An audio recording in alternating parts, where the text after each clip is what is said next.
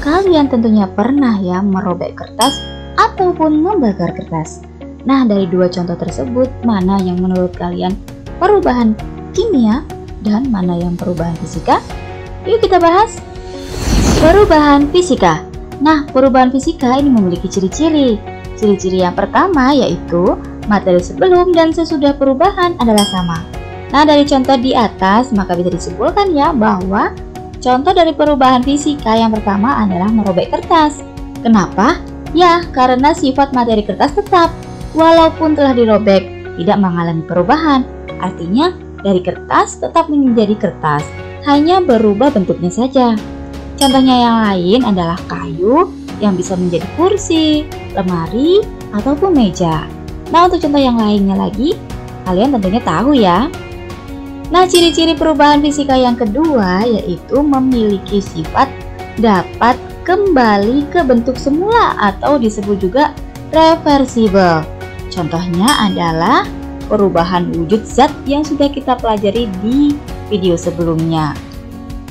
Nah, contohnya es dapat meleleh menjadi air jika diletakkan di suhu yang lebih tinggi, dan air tersebut dapat membeku menjadi es lagi jika ditempatkan kembali ke freezer.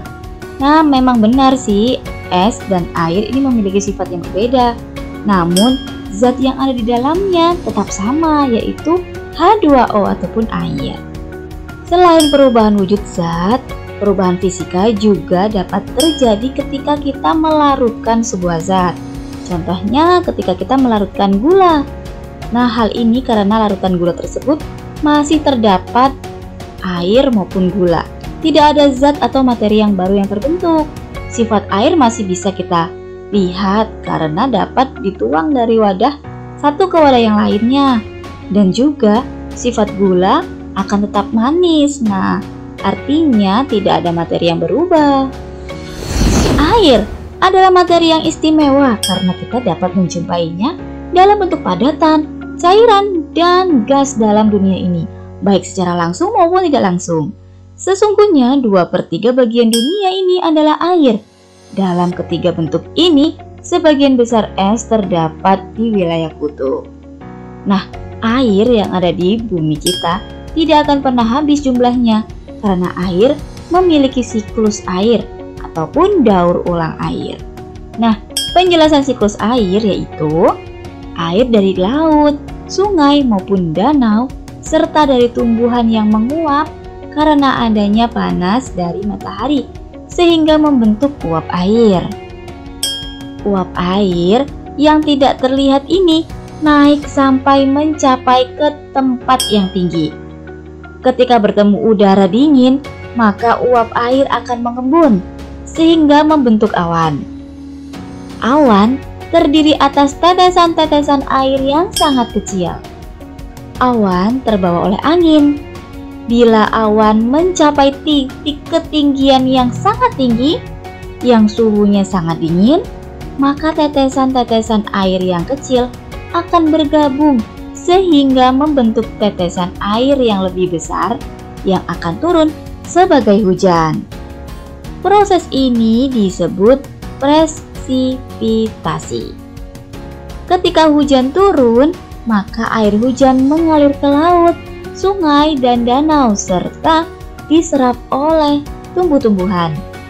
Proses ini pun akan berulang lagi terus-menerus. Nah, oleh sebab itu, proses ini disebut dengan daur ulang air atau siklus air. Perubahan kimia.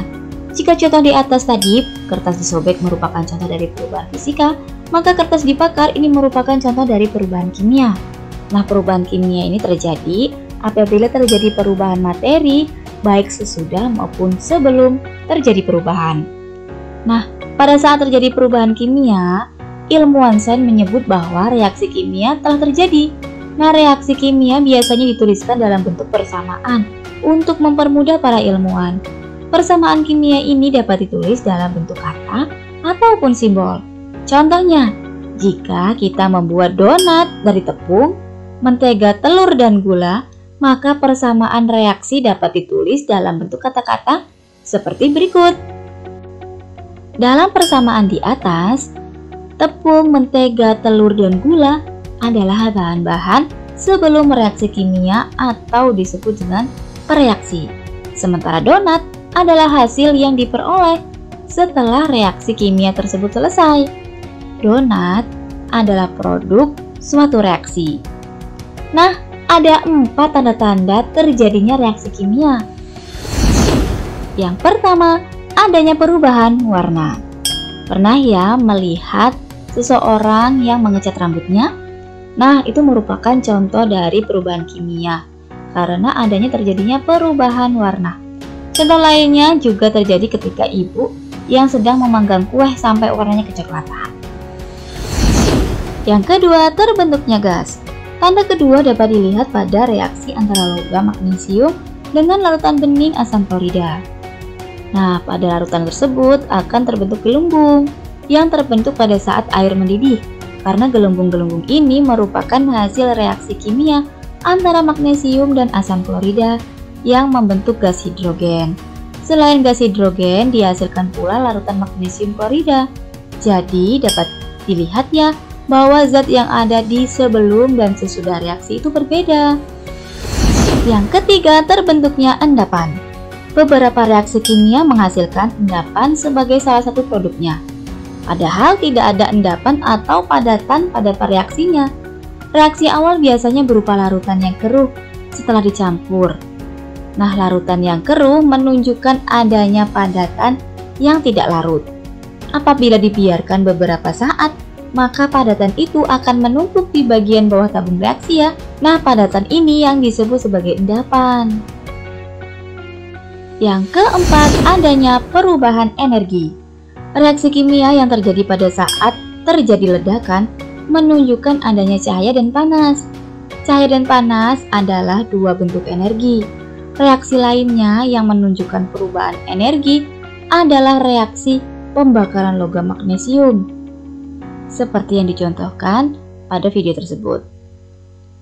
Ada cahaya yang sangat terang yang terlihat ketika pembakaran. Setelah pembakaran diperoleh serbuk putih seperti abu, yaitu magnesium oksida.